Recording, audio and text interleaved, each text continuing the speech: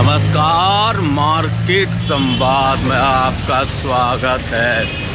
यह उत्तर प्रदेश की झांसी है और झांसी का यह जो आप ब्रिज देख रहे हैं, ओवर ब्रिज देख रहे हैं, जो कि पंडित विश्वनाथ शर्मा जी के नाम पर है। इस ब्रिज को लेकर हम आपको कुछ जानकारी देंगे। ब्रिज की भाषा में ही आपको पूरा विवरण बताएंगे। झांसी में जब ब्रिज का निर्माण हुआ, यानी मेरा निर्माण हुआ, मैं सीपरी बाजार का ओवर ब्रिज हूँ और आपको इस ब्रिज के बारे में, अपने बारे में कुछ जानकारी दे रहा हूँ, क्योंकि इसके बनने से जहाँ लोगों को लाभ हुआ है, तो उसके बाद आज हमारी क्या स्थिति है, यह भी आप ज़रा देख लीजिएगा। अगर ब्रिज से हमारे ऊपर जब आप चढ़कर सफ़र करते हैं तो शुरुआती दौर से ही आपको इस तरह की गंदगी का सामना करना पड़ता है। मैं जब बना तो लोगों को बहुत खुशी हुई, क्योंकि झांसी को मैं एक हिस्से से दूसरे हिस्से को जोड़ने में सबसे बड़ी भूमिका अदा करता हूँ। मेरे ऊपर से हर रोज़ हज़ारों लोग निकलते हैं, अपने अपनी मंजिलों पर जाते हैं, रास्ते तय करते हैं, और यही मेरे बनने का मकसद था। तमाम लोगों ने मेरे बनने में अहम भूमिका निभाई। सरकारों ने पूरे संकल्प किए तो मैं बनकर तैयार हो गया। रात की रोशनी के लिए मेरे दोनों हिस्सों पर लाइटें भी लगाई गई हैं। सड़कों का क्या हाल है, मेरे ऊपरी परत को आप इस समय भली भांति देख रहे होंगे। लंबे समय के बाद मैं अपनी गाथा आपके सामने रख रहा हूँ। मेरी यह पीड़ा व्यर्थ नहीं है। दीवालों पर चिपके ये पोस्टर मेरी सुंदरता में किस प्रकार से चार चांद लगाते हैं, यह आप महसूस करिएगा। और गंदगी की परतें मुझे सोने नहीं देती हैं, चैन नहीं लेने देती हैं। स्वच्छ भारत अभियान का बड़ा नाम है, लेकिन मेरे ऊपर से निकलने वाले किसी भी तरह से स्वच्छता का आनंद नहीं ले पाते हैं। दीवारें जो शाइनिंग बोर्ड से बनाई गई, वो किस लिए बनाई गई, यह हमें भी नहीं पता है।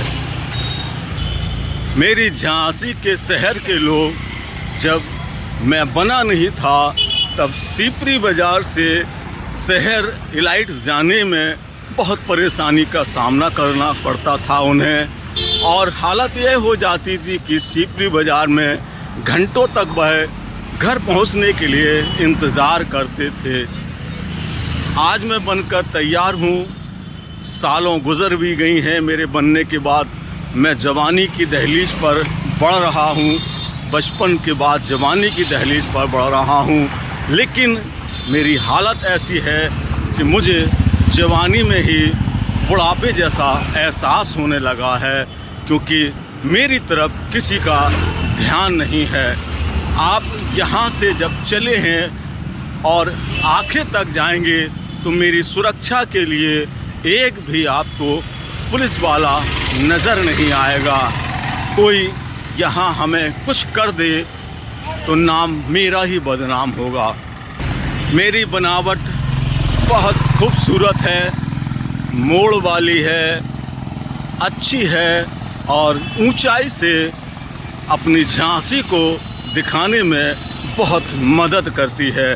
कभी आप इस पुल से जब निकलते होंगे, मेरे इस ऊपरी हिस्से में आने के बाद आपको कैसा महसूस होता है, यह आप मुझसे ज़्यादा समझ सकते हैं।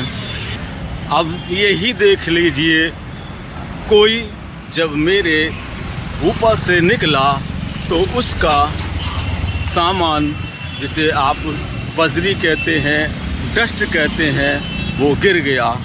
लेकिन किसी को यह फुर्सत नहीं है देखने की कि इससे क्या हो सकता है, कितना नुकसान हो सकता है, क्योंकि कोई यहाँ हमें देखने वाला नहीं है। चाहे वह अधिकारी हों, जनप्रतिनिधि हों, सब यहाँ से निकल जाते हैं, लेकिन मेरी सुंदरता, मेरी सेहत और मेरे रख रखाव को लेकर किसी को कोई परवाह नहीं। सरकारों ने पैसा दे दिया, बन के मैं तैयार हो गया, लेकिन क्या दुख दर्द है, क्या परेशानी है, यह कोई समझने वाला नहीं। यह देखिए, आप यहाँ से बाहर निकल रहे हैं और मेरे ऊपर इस डस्ट का पहाड़ रख दिया गया है। अब यह पहाड़ कितने को चोटिल कर देगा, यह तो आप ही सोचें। रात में मेरे ऊपर अंधेरा ना रहे, इसके लिए लाइटें लगा दी गई हैं, लेकिन मेरी निगरानी में कोई इंतज़ाम नहीं है, कोई कैमरा नहीं है। अगर लगा हो तो हमें भी नहीं पता है। कोई आए यहाँ कुछ करे तो हम किसको बता पाएंगे कि यह शख्स था जो मैंने नज़रबंद कर लिया, ये कैमरे में आपके कैद हो गया है। अब ज़रा ये हाल देख लीजिए, जब से बना हूँ तब से मेरी हालत ऐसी ही है। लोग नए नए कपड़े पहनते हैं, लेकिन मैं बनने के बाद आज तक एक ही रंग रूप में हूँ और यह मेरी हालत हो गई है। थोड़ा मेरे पीछे के हिस्से को भी देख लो तो आपको अगर बहुत दुख हो तो समझ लेना कि मेरा दर्द आपने महसूस किया। यह मेरा हाल है, ये मेरे पीछे का हिस्सा है जो चेहरे से दिखता नहीं है और लोगों को समझ नहीं आता कि हम इस गंदगी को अपनी छाती पर रखकर किस प्रकार से यहाँ से निकलने वालों के लिए मुस्कुराते हैं, लेकिन इस गंदगी का दर्द अपने सीने में दफन रखते हैं। क्योंकि ना तो इन जालियों को किसी ने आज तक रंग रोशन करने की सोची और ना ही मेरे अंदर इस गंदगी से कितनी पीड़ा होती है न कोई यह देखता और समझता है। यहाँ से मेरे नज़रों के सामने हज़ारों लोगों को लेकर ट्रेनें निकलती हैं। मैं खुद इस हिस्से में नहीं आ पाता हूँ क्योंकि मुझे यहाँ आने में ही तकलीफ़ होती है। यहाँ से ही देखता रहता हूँ कि ट्रेन जा रही है। मेरे जिस्म की जो परतें हैं, खाल है, दीवालों के रूप में जो मेरे हाथ पैर बनाए गए, वो खाल पूरी तरह से उघड़ चुकी है, जर्जर हो गई है, बदरंग हो गया हूँ। लेकिन कोई नहीं सुनता है कि हम किस परेशानी में हैं। जंग लग रही है मेरी जालियों को, लेकिन किसी को परवाह नहीं। तो मैं सीपरी बाज़ार का ओवर ब्रिज हूँ। यहाँ से ट्रेनों को जाते और सामने पूरी झांसी को देखने का लोगों को मैं पूरा मौका देता हूँ, लेकिन मेरा दर्द कोई नहीं देखता है। अब जिलाधिकारी, जिन्हें झांसी का डीएम कहा जाता है, वो ही शायद मेरे ऊपर निगाह डालें, रहम करें, तो शायद मेरी दशा सुधर जाए और मेरी उम्र भी बढ़ जाए, मेरी सुरक्षा भी हो जाए।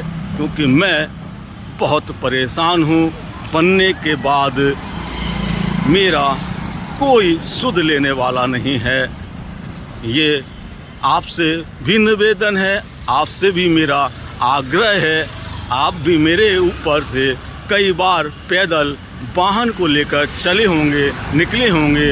एक बार आपको भी मेरे ऊपर इस प्रकार की निगाह रखनी चाहिए ताकि आप भी बता सकें कि हाँ, हमारा ओवर ब्रिज जो कितनी परेशानियों में है, किस हालात में है, अधिकारी देखें, जनप्रतिनिधि देखें। मैं अपने ऊपर इस बात को लेकर बहुत गर्व करता हूँ कि जब मैं बना तो मेरा नाम बुंदेलखंड की महान हस्ती विश्वनाथ शर्मा जी के नाम पर रखा गया। और आज यह गौरव मुझे बहुत संबल प्रदान करता है। मैं फ़ख्र महसूस करता हूँ कि मैं विश्वनाथ शर्मा जी के नाम के सहारे झांसी के लोगों को एक छोर से दूसरे छोर तक ले जाने में मदद करता हूँ। क्या मेरी कोई मदद करने के लिए तैयार होगा? मेरे बारे में कोई सोचेगा कि मुझे भी खूबसूरत बना दो, मुझे भी सुरक्षा के लिए रख दो कोई, ताकि हम भी लोगों के लिए लंबी उम्र तक सेवाएं देते रहें। मैं सीपरी बाज़ार का ओवरब्रिज हूँ। अगर आपको लगता है कि मेरी कोई तकलीफ़ है तो इसे ज़रूर सुनिए, ज़रूर इसका निदान करिए। धन्यवाद।